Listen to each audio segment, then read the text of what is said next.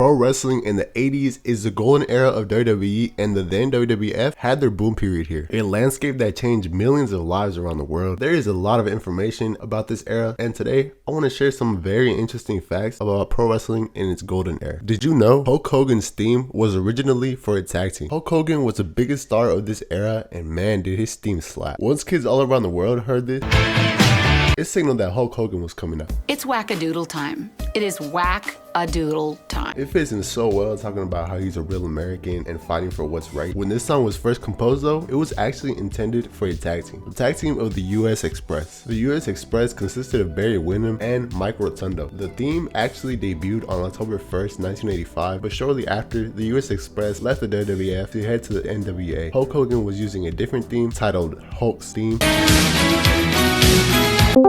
He was given Real American shortly after, and this legendary theme became his. Honky Tonk Man and Macho Man Randy Savage once teamed up against Hulk Hogan and Andre the Giant. The Honky Tonk Man is the longest reigning Intercontinental Champion, and his greatest rival is Randy Macho Man Savage. Believe it or not though, the two were once friends. In a promo that is on YouTube, the two are seen backstage with Mean Gene Okerlund cutting a promo on Andre the Giant and Hulk Hogan. This is a pretty wild thing to see because, I mean, the two are known for the Intercontinental Championship rivalry. There are multiple people who have slammed Andre the Giant. The Hulk Hogan moment at WrestleMania 3 is absolutely iconic. As most wrestling fans by now know, there have been a lot of others who have slammed Andre. There are honestly quite a few. So here they are. John Kobayashi in Japan, Butcher Vacon in Chicago, Hulk Hogan across multiple places, including Japan and the US, Stan Hansen in Japan, El Canic in Mexico, Kamala in Louisiana, which I will say he did it with ease. Very impressive. Antonio Inoki in Japan, Riki Chosu in Japan, Big John Studd and Ken Patera in New York, Ultimate Warrior in Madison Square Garden, Doug Gilbert in Canada, Harley Race in Texas, Crusher Blackwell and Adrian Adonis in Minnesota, Alpha and Sika in Louisiana, Blackjack Mulligan in Philadelphia, Bobby Duncan with Ken Patera in Minnesota, Tatsumi Fujinami with Antonio Inoki in Japan, Otto Wanz in Australia. And that's it. That's 20 different people, which is a lot more than I even knew of. It's kind of wild. And I just want to say shout out to this video right here. This is where I got this information from. Go show some love to this guy. After all these though, I believe a lot of you guys will agree when I say WrestleMania 3 is the best slam. The selling was spectacular. Kamala was impressive though. He did it like nothing was happening. Like, get that boy some trophies.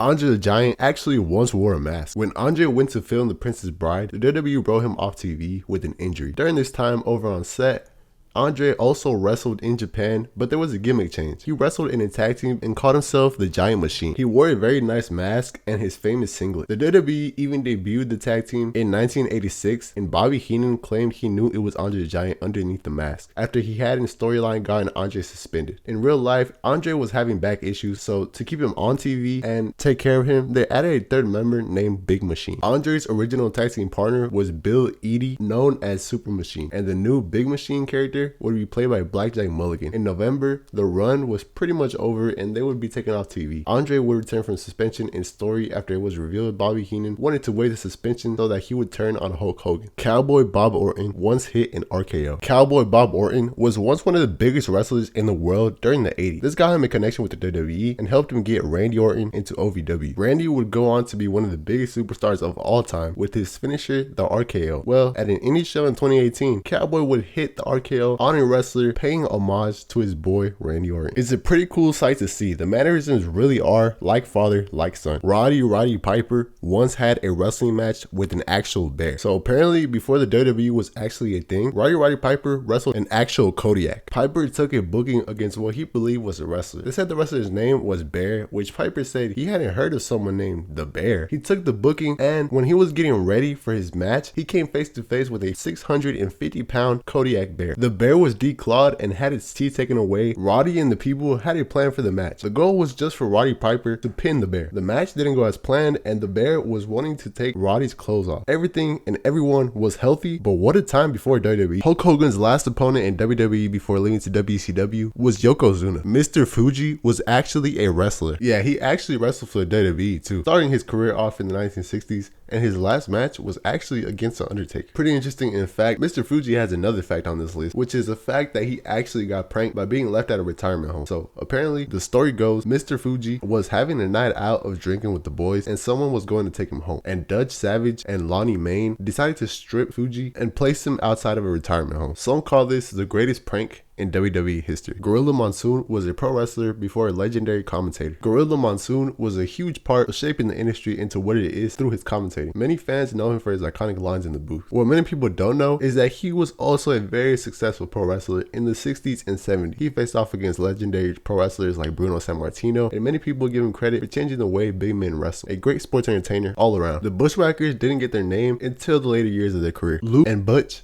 were a well-known tag team in the 80s. They actually had 6 different names before this though, as it took them over 20 years to get the Bushwhacker name. The Sheepherders and Jonathan Boyd and Rip Morgan are only 2 of the 6 names. Ricky Steamboat didn't win a world title. Ricky Steamboat had arguably the best match in the 1980s with Macho Man Randy Savage at WrestleMania 3. But the Dragon actually didn't win a world title throughout his career, along with a lot of other really well-known wrestlers throughout this time, like Razor Ramon and Mr. Wonderful Paul Orndorff. Honestly guys, I really enjoyed making this video. Thanks for watching. Which fact were you most impressed by? Let me know in the comments below. Like, subscribe, and share. Do anything that make my channel popping. Peace out.